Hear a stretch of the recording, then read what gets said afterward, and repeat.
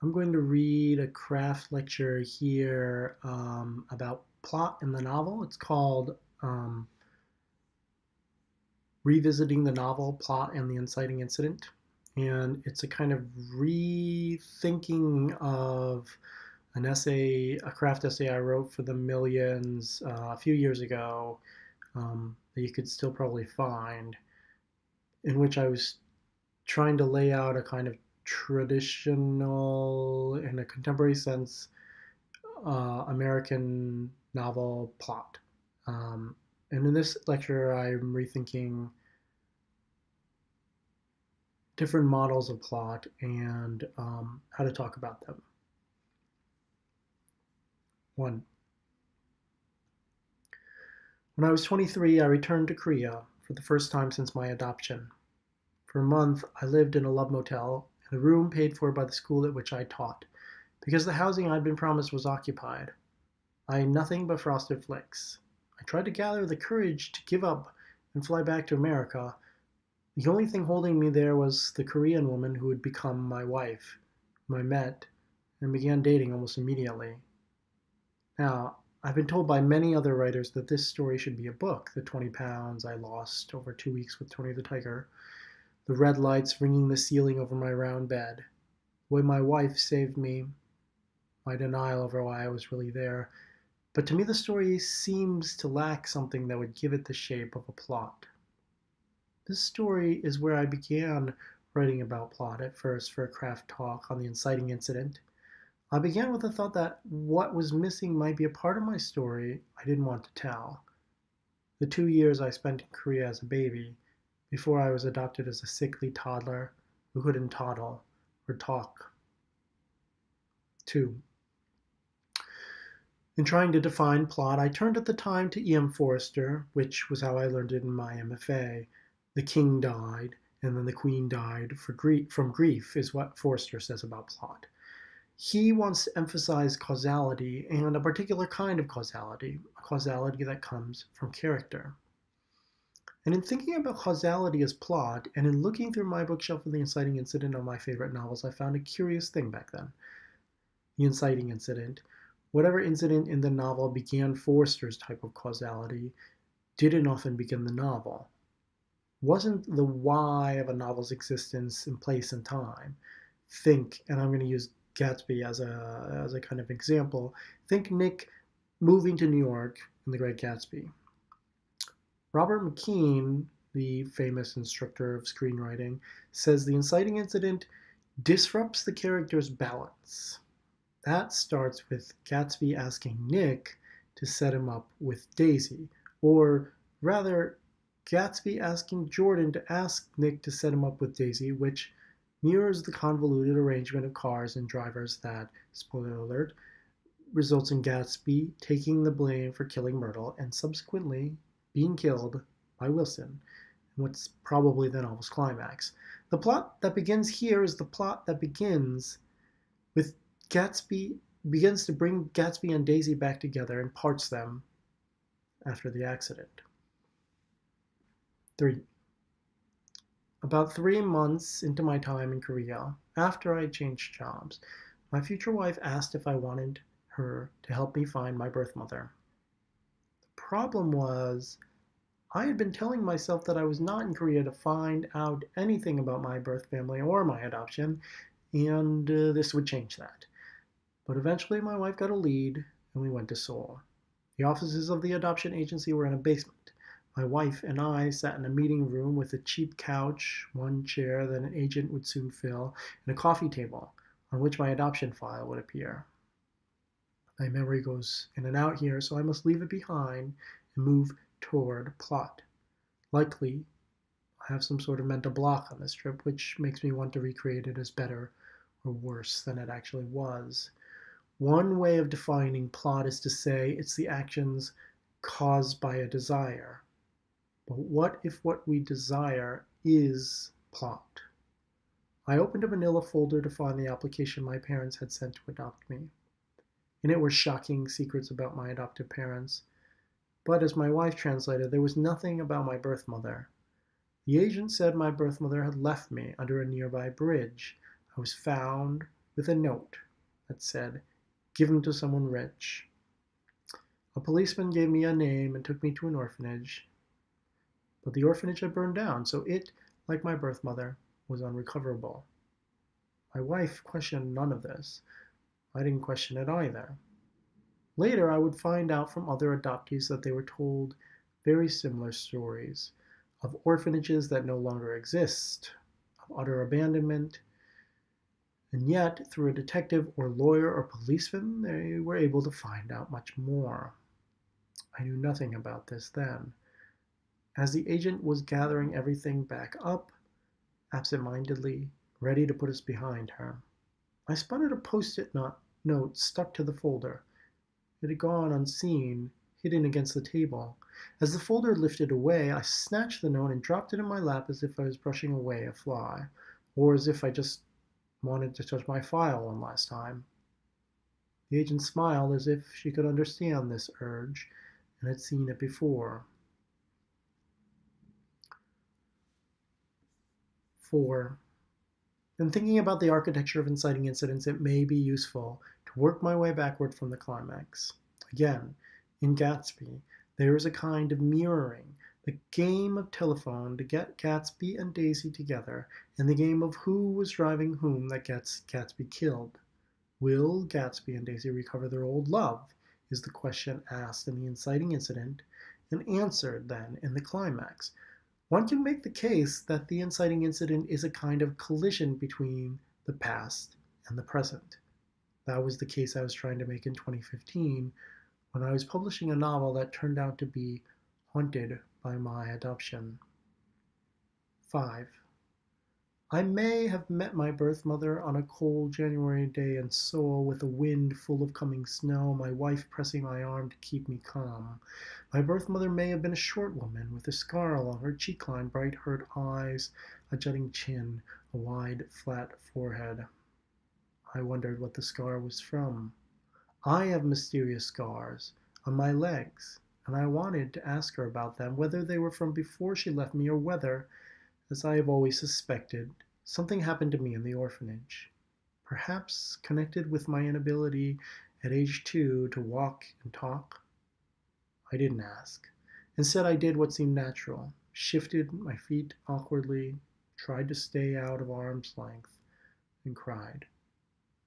My birth mother wanted to hug me, seemed sure about her feelings, whatever they were. But I wasn't sure. I was still so damaged. I'd hidden away any dream of this moment so far inside of me that it was a long, drawn-out process to pull my expectations, my fears and desires back out into the open air. What I had from my birth mother was tears. What I wanted from her was meaning. I was glad my wife was there, and yet I wanted badly to be both alone with my birth mother and alone myself, so I could work out what I was feeling and let the feeling be more a reality than the person. It doesn't matter what we talked about, because we talked about nothing and everything, because we never talked, because what are words really, what is real, and what is made up. 6. That is where I left plot in 2015. I've used Gatsby as an example of a kind of Western novel. At the time, I pulled 10 random British and American novels from my shelves, and the same collision of past and present appeared in each of them.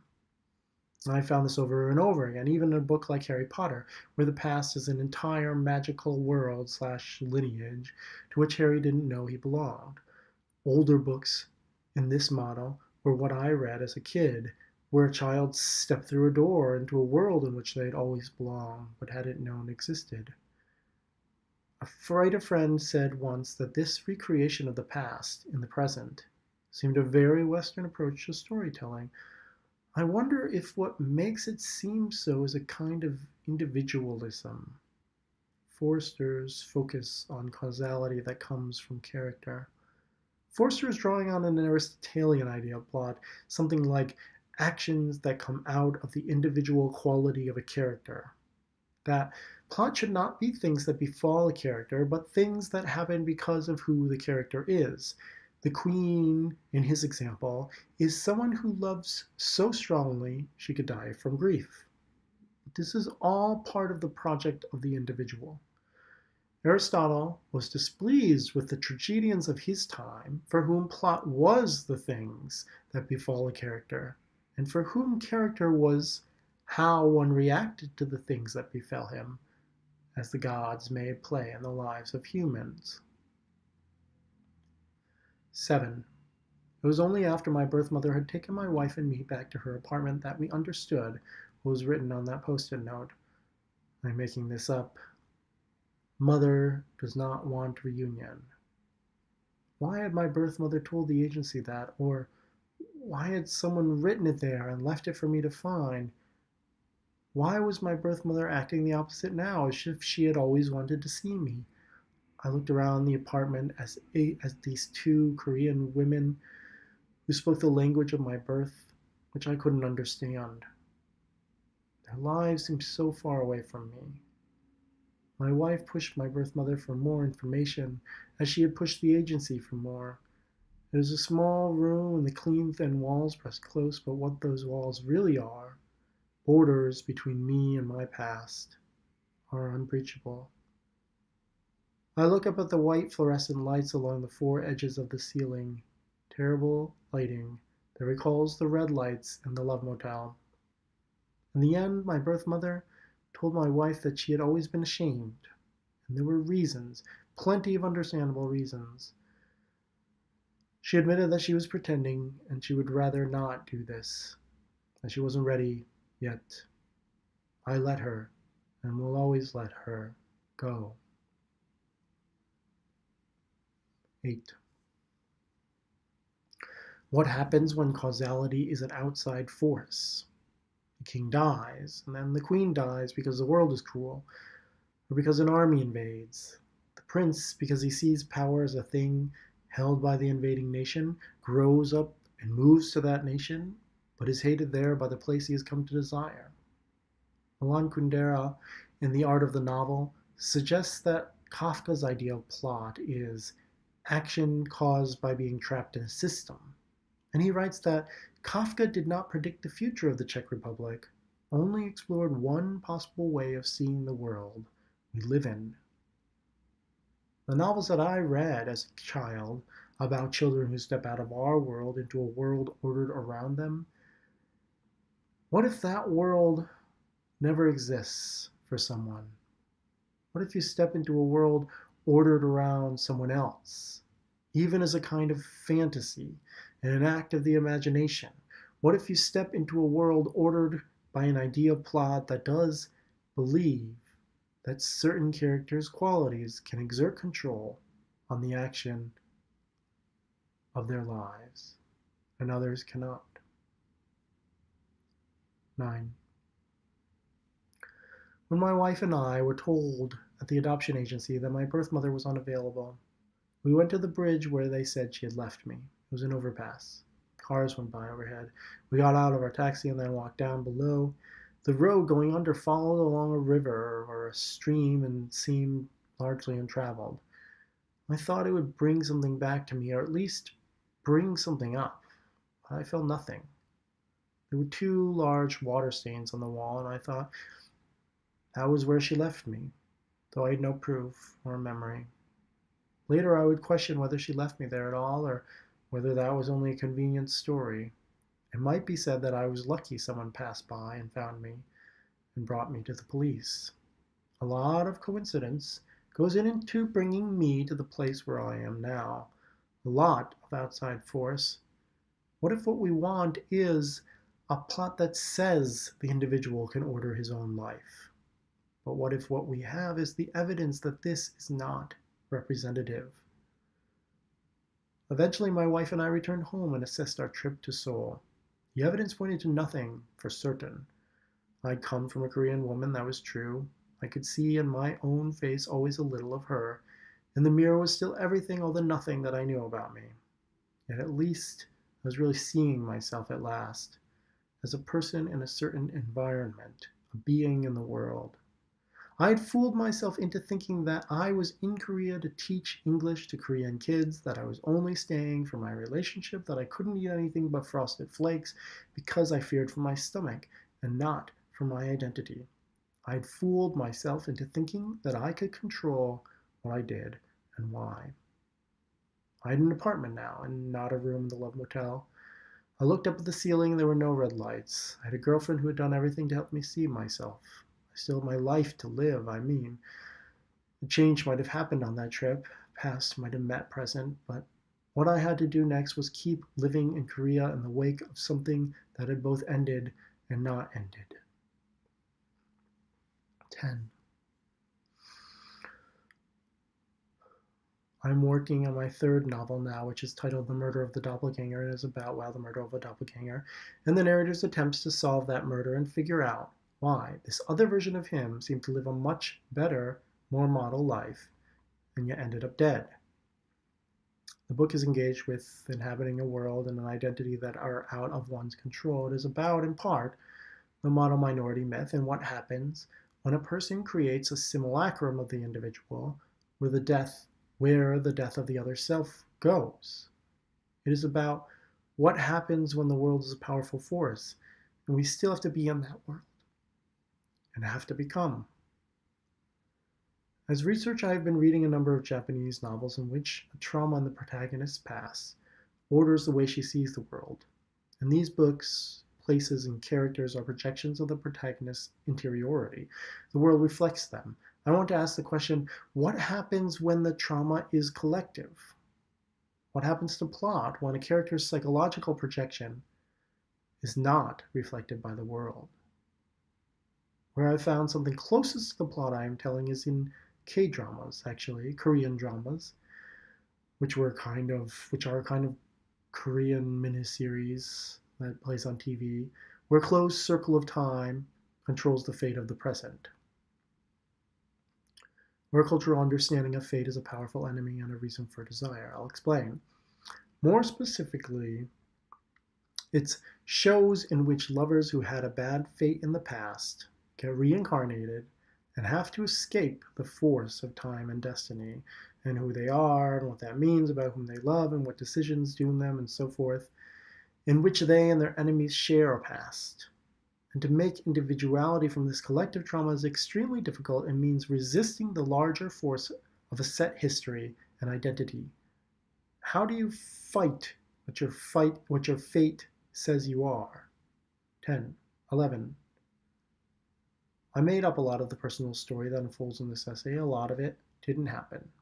My narrator is another doppelganger. I was adopted when I was 2, that is me. I went back to Korea when I was 23. Whatever those first 2 years of life were like does indeed always seem to be the missing link. But I had to invent to plot. And I had to face the greater forces that have ordered my life in order to understand causality in it. What is imagined in my story, though, was and is real to me. The shame that I gave my imaginary birth mother is real. That shame is mine. And letting her go, I did that. I do that. Assessing lack, the things outside of my understanding of the events of my life, is a daily look in the mirror. Of course, I have had to replot my story before and will do so again. A rethinking of causality is so important to the story of who I am and to any plot of conviction, creative resistance, and becoming. So important that these things constantly draw us in. How a story develops, and what part we have to play in it. How we react in the face of actions we do or do not control. Thanks.